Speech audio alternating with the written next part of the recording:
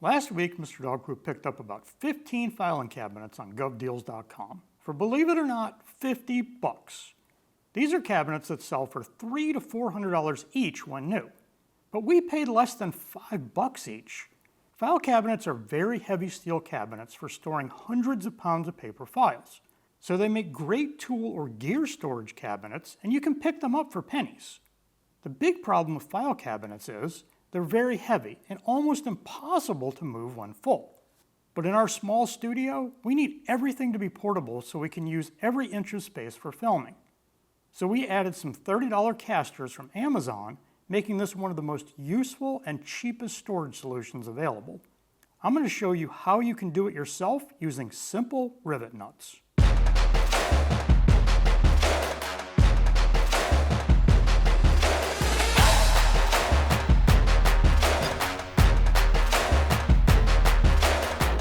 So we need to put wheels on the bottom, but here's the problem.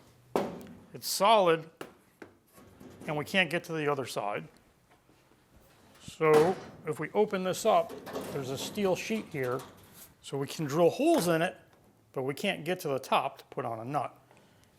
Solution, rivet nuts. Now a rivet nut works a lot like a rivet.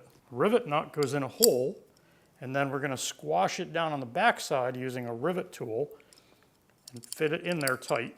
So this is the rivet tool. You can get these for $50 to $80, and it comes with a complete set for whatever size thread you're using. This one happens to be 5/16. So we're going to go ahead and put this on, and then you would just put it in the hole. So this is going to squash this thing down like it did on this one.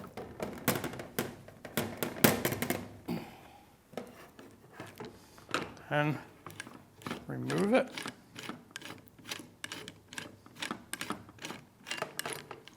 And you now have a nut securely in there that you can thread into. So now that you know how the rivet nuts work, let's get to putting the wheels on. We're going to take these out. They're for leveling the cabinet. They're going to be in our way.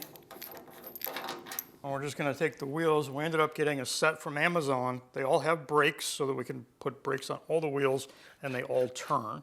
So getting them in the correct position isn't as critical as if we had two wheels that were straight.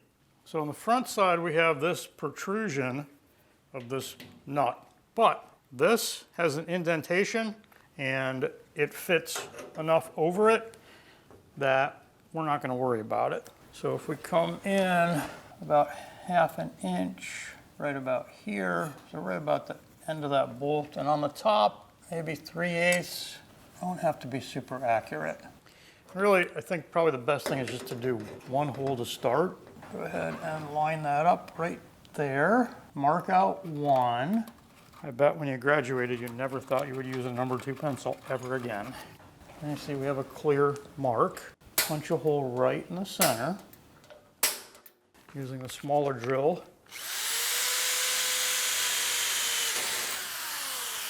And you'll see when I went in, it's like it stops because it hits that top piece and we can't get to that other side.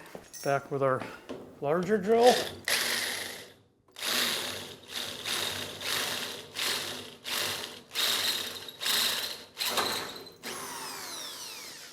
And you see I go slow. We're not in any rush. I have to get it done. Mr. Dog Poop's off for the day, so we don't have to worry about that. And remember to have it open when you screw it on. Put that in, squeeze, give it a little extra turn, squeeze a little more to make sure it's really tight. Thread it out. Take one more wheel, one of your bolts, and you'll see there's a lot of room in that slot. So we're up there, get it where you want it, tighten it up. And that way, we can mark our other 3 holes and they should be okay. This one. Take it back off. Punch a hole in the center of each one. More holes.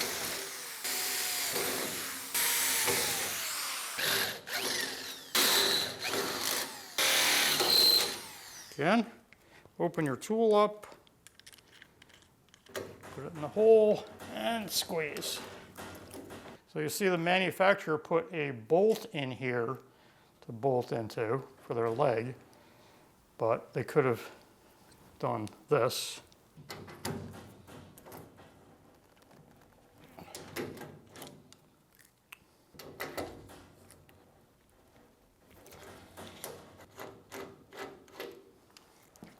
And if we did everything right, it should all fit together. So put all your bolts in loose. Don't tighten them up. You start tightening it up, then you're not going to have the play to fit everything in. Right now, we can move this around and fit into the hole. If we tighten it up and it's over it, can't do it. And snug them up with the wrench or the ratchet. So we're about halfway there. We're 2 beers in. And we're going to have to flip this thing over. And I'm not going to be the one to do it. So we're going to get some people to flip this over. I'm going to do the other 2. We'll flip it back up and show you what we have. As you can see with wheels, we can now push this into any area when it's not being used. In this case, we filled the cabinet with our car rigging gear. One drawer has 6-inch suction cups. One has 8 and 10-inch suction cups, along with our 3 and 4 post mounts. Another has camera mounts, and we even added some tubes on the side to hold our long pieces of speed rail and 5/8-inch rods. The tubes are just a piece of PVC fence post held in place with the same 3-inch magnets that we use to attach some of the rigs to the vehicles. So if you're worried that the magnets won't hold your cameras on a car, look at how one magnet easily secures 20 feet of speed rail.